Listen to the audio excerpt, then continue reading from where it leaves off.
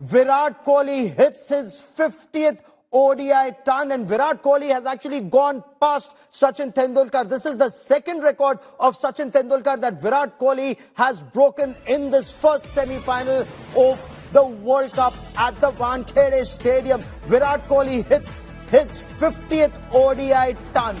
ODI century number 50 for Virat Kohli. What an achievement. What a play. Virat Kohli has he lit up the Wankhede Stadium. It's the third 100th in World Cup 2023, and he's truly leading from the front. He's overtaken Sachin Tendulkar, 1 century more than Sachin Tendulkar. He's also overtaken Sachin Tendulkar in the maximum number of runs in one World Cup. 673 was Sachin Tendulkar's record, and now he's gone past it.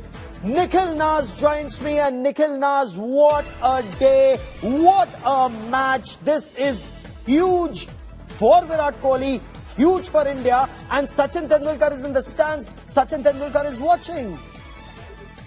Well, that's right, Gaurav. Firstly, you and I and everyone that's watching on television, everyone that is sitting at the Wankhede Stadium has just witnessed history, because Virat Kohli has gone where no other man has gone in the history of ODI cricket. He's the first man now to have 50 ODI hundreds, a record which most of us thought would never be breached. It was 49 tons. That was with Sachin Tendulkar.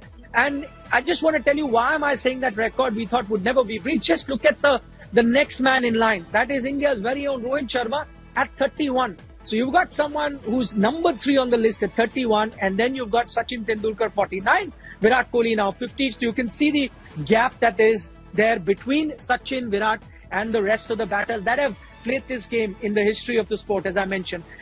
Again, if you had to ask Virat Kohli, probably if he was a scriptwriter, he couldn't have written it better, because you've ticked all the boxes. First and foremost, it's come during a World Cup. Secondly, it's come during a World Cup semi-final. Thirdly, it's come at a venue which is now his adopted home, because he stays in Mumbai. His wife was present there cheering for him. Watching, yeah. And then, as you mentioned, the man whose record he's broken, the man who he's always said has been his idol, the man who was the reason why Virat Kohli took to cricket, Sachin Tendulkar, in attendance at the Wankhede Stadium. It couldn't have been written. I think the cricketing gods decided the moment, they decided at which point this must happen, and that's exactly how it's played out. And Nikhil, it's actually with clinical precision that he's moved forward. He started slow, he then picked up pace, and then he went in for the kill, breaking not 1 but 2 records of Sachin Tendulkar at the Wankhede Stadium. It can't get better than this. Of course, except India's spectacular victory later. Well, that's right, Gaurav. He's broken another record which has gone basically a bit under the radar. That is the most runs in a World Cup, 673 that Sachin Tendulkar got at the 2003 World Cup. 2 decades later, it has come by Virat Kohli. He's gone past that. He actually crossed that record when he reached the 80-run mark in this particular innings. Now he's got to that 100. Remember why, as you're saying, this 100 isn't easy. And let me give you a bit of a background. I'll tell you why. The last game that he was playing against the Netherlands, he could have very well reached 100 there. He got out to a left-arm spinner.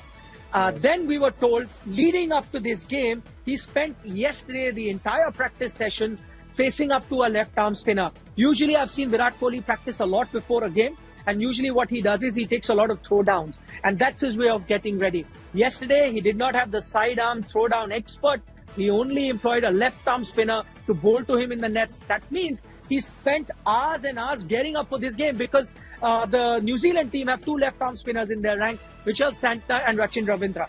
And you just noticed the way he played them. He was cautious, as you mentioned. He attacked the fast bowlers. We talk about some of his shots. The shot that he played versus Pakistan is spoken a lot about. There will be a shot in this match that he's played that will be spoken about for a very long time. And that was the 6 that he hit off Team Saudi. It was a slower ball, and the way he flicked it is not easy. If you understand batsmanship, you'll understand how tough that shot was to execute. He executed that. And then, most importantly, he's one of those senior members of the team. This is a ground where we've seen most batters pull up because of cramps. It happened to Glenn Maxwell in that knock that he played. Shubman Gill, when he started off the innings, had cramps, had to be taken off.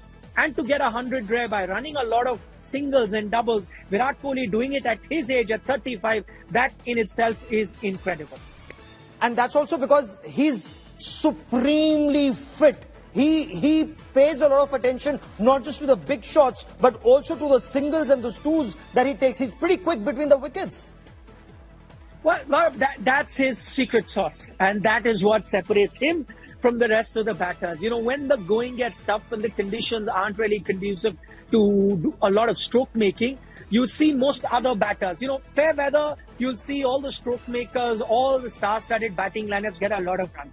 It's when conditions get tough, when it's tough to play your strokes, that's when the craftsmanship of Virat Kohli really comes to the fore. And he's done it. So if you give him a flat track, like most other batsmen, of course he'll score runs.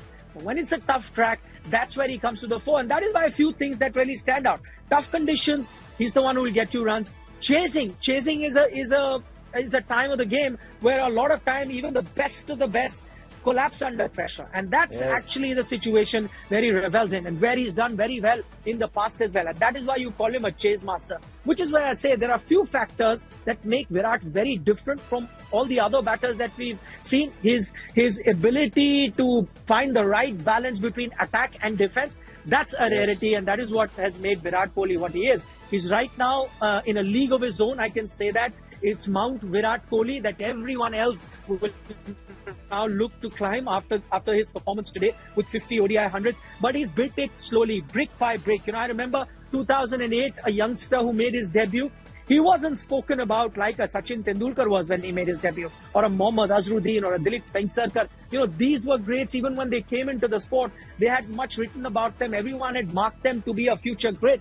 Virat Kohli, when he made that, it wasn't that special. He was one other kid from Delhi who had some potential, but he wasn't marked for greatness. And I think that's what is the quality of Virat Kohli. He's put in a lot of hard work. He wasn't as gifted as a Sachin Tendulkar. You know, if I was to draw a parallel, in football, we often talk about a Messi and a Ronaldo.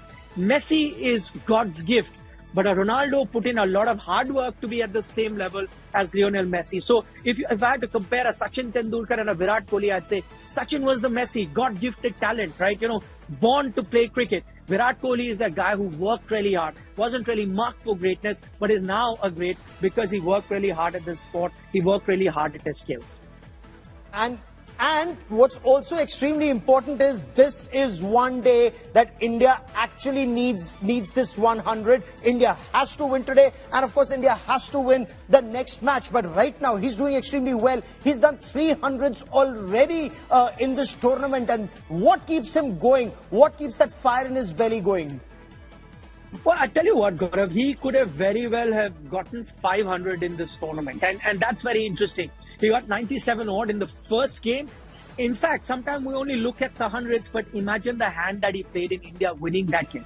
That's not a game where he got 190 odd versus Australia.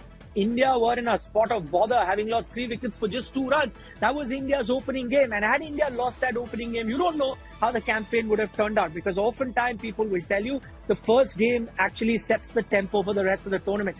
That game you won. Virat didn't get you 100, got a 90 odd, but gave you that winning start.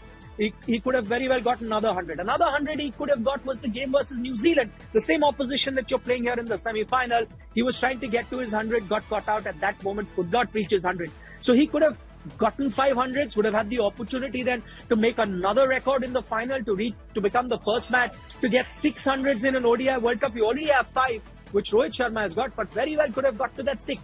But as I said, apart from his 100 that he's got, and all 3 have been match-winning 100s, there are 2 other knocks which have been match-winning knocks. One against Australia initially in the tournament, one against the same opposition in New Zealand, which helped India have that, you know, record of unbeaten streak with which they qualified for the semi-final. Once again, as you say, the stage is a semi-final stage. And at that moment, you had lost Rohit Sharma, who was on absolute fire to begin with. Shubman Gill then went off the field because of cramps. And then you had to rebuild from that stage. You never know. Now India is eyeing 400, but you never know, a wicket here or there at that time could have then in some way derailed India's innings. But he did not allow that to happen, and that's been a constant with Virat Kohli.